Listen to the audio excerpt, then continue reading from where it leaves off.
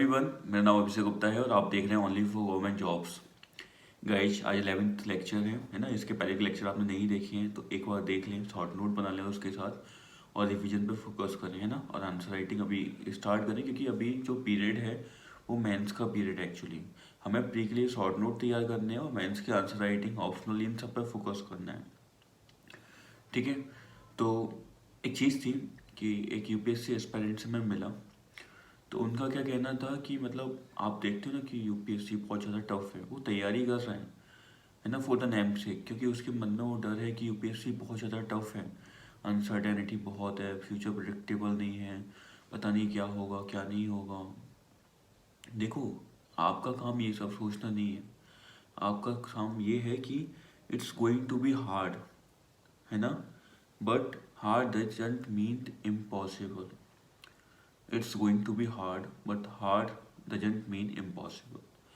कुछ चीज़ें टफ हो सकती हैं, मेहनत लगेगी उनमें, पर इसका मतलब ये नहीं है कि वो होगा नहीं, है ना। वो ज़रूर होगा और हम करके दिखाएंगे। बस स्ट्रेटजी सही होनी चाहिए, हमारा जो रास्ता है वो सही होना चाहिए, हम डिसिप्लिन ओरिएंटेड होने चाहिए। तो वो प्रिंसिपल्स जो होते हैं जो यूपीएससी एस्पायरेंट को फॉलो करने चाहिए वो आप फॉलो करो। आप देखोगे धीरे धीरे आपकी तैयारी अच्छी हो जाएगी। आपका कब प्री मेंस इंटरव्यू निकल जाएगा पता नहीं चलेगा। पर अगर आपके मन में डर होगा, आप खुद ही उसको बहुत बड़ा पहाड़ समझोगे।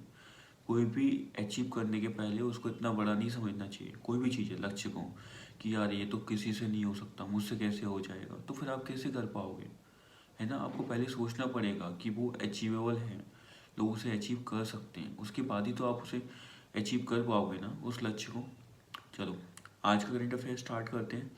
पहला, वाटर हार्वेस्टिंग सिस्टम्स होते हैं ना जो अलग अलग, तो 5 से 6 जो बहुत ज़्यादा इंपॉर्टेंट हैं और न्यूज़ में रहते हैं और यूपीएससी ने भी पूछे हुए हैं, टेस्ट सीरीज पूछती हैं, तो मैंने एक कंपाइल कर लिए, तो लिख लो। पहला, जल मंदिर, तो ये कहाँ पे है? गुजरात में।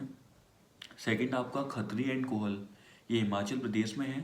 थर्ड आपका जाबो, ये नागालैंड में है। Fourth, eri and ओरानीज, Tamil Nadu. और डोंग्स, असम। और काटाज एंड बांदाज, एमपी एंड उड़ीसा। याद रखना, वाटर हार्वेस्टिंग सिस्टम में इंपॉर्टेंट है, न्यूज में है। सेकंड आपका आ गया एग्रीओटा, एग्री ओटीए। तो ये क्या है? ई मार्केट एग्रीकल्चरल ट्रेडिंग प्लेटफॉर्म है फॉर इंडियन फार्मर्स और यूएई फूड इंडस्ट्री के लिए। तो ये आपस में इंगेज होंगे, अच्छा मतलब प्रोडक्शन अच्छा हो, डायरेक्ट लिंक हो फार्मर्स से। तो एग्री ओटीए ये प्लेटफॉर्म है, ई मार्केट, है ना। नेक्स्ट आपका रोरो, RORO, तो रोल ऑन रोल ऑफ, इसका फुल फॉर्म है। सेकंड आपका is a concept of carrying road vehicles, जो रोड के व्हीकल्स होते हैं ना, ट्रक वगैरह, उनको कैसे ले जाना। आपके रेलवे वैगन्स होते हैं ना, डिब्बे, या रेलवे के जो अपने वैगन्स होते हैं उन पर रख के ले जाते हैं, आपने देखा होगा। कोविड के टाइम पे ऑक्सीजन के वो लेके जा रहे थे ना, ऐसे ही है रेलवे वैगन्स में आपको वो सामान ले जाना। नेक्स्ट आपका पीएम किसान संपदा योजना, तो ये क्या है? क्रिएटिंग कर रही है मॉडर्न इंफ्रास्ट्रक्चर, किसकी फील्ड में? एग्रीकल्चर की फील्ड में। सेकंड किस मिनिस्ट्री में आता है? Ministry of food processing industry. Next आपका फिफ्थ, इंफ्रास्ट्रक्चर इन्वेस्टमेंट ट्रस्ट, तो एक म्यूचुअल फंड की तरह ये काम करता है, जो इंफ्रा के लिए आपने इन्वेस्टमेंट आपका ट्रस्ट बनाया है, तो इसे रेगुलेट कौन करेगा? सेबी।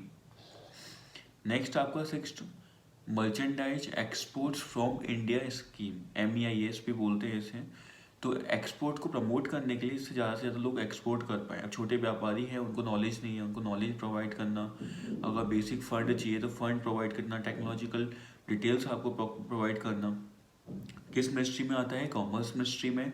और ये SEZ एरिया के लिए भी है। SEZ कौन सा? स्पेशल आपके एक्सक्लूसिव एरिया होते हैं ना, जहाँ जहाँ आपने देखा होगा कि इंडिया के लोकल टैक्स नहीं लगते हैं या फिर लोकल लॉज नहीं लगते हैं, जिससे वहाँ पे बिजनेस प्रमोट हो, इंडस्ट्री और ज़्यादा आए, है ना। तो उन एरिया में भी ये इम्प्लीमेंट हो रही है, जबकि ज़्यादातर लोग सोचते हैं वहाँ क्यों होगी, वहाँ के अलग लॉज हैं, ऐसा नहीं है।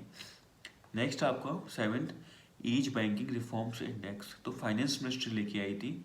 और ये याद रखना, नीति आयोग वगैरह नहीं है, या फिर तो RBI लगेगा आपको, फाइनेंस मिनिस्ट्री याद रखना।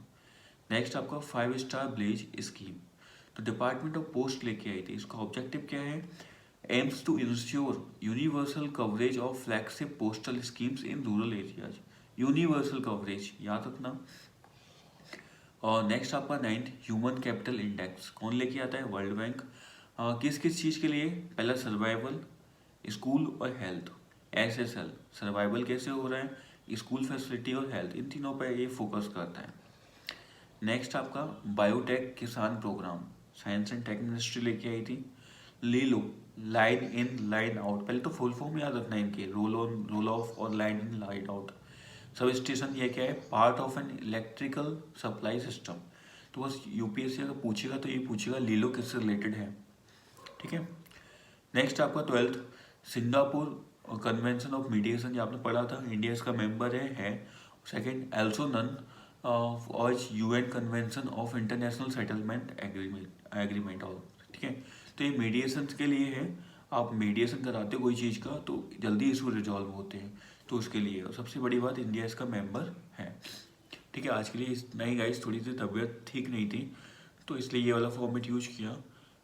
रिवाइज करना, आंसर राइटिंग पे फोकस करना और MCQ प्रैक्टिस करते रहना, है ना। मेन है आपका रिवीजन, क्योंकि देखो 11th क्लास है हमारी, 220 से ज़्यादा हमारे फैक्ट डिस्कस हो चुके हैं। तो आप अगर रिवाइज नहीं करोगे तो भूलते जाओगे, है ना। हमें याद नहीं रहता, हमारी मेमोरी ऐसी है कि एक बार सोते हैं तो हम 60% ही याद रख पाते हैं, है ऐसा। पर आप रिवीजन करोगे तो आप कभी नहीं भूलोगे, क्योंकि एस्पायरेंट को हमेशा ये लगता है कि यार मेरी मेमोरी कमज़ोर है, लोगों को इतना याद रहता है, मुझे नहीं रह पाता। ऐसा नहीं है, सभी के साथ ये इशू रहता है भूलने का, पर कुछ लोग रिवीजन पे ज़्यादा फोकस करते हैं, है ना। उसे टाइम टू टाइम रिवाइज करते हैं, इसलिए उन्हें याद रह पाता है। चलो मिलते हैं अगली वीडियो में। जय हिंद, सब्सक्राइब जरूर करें।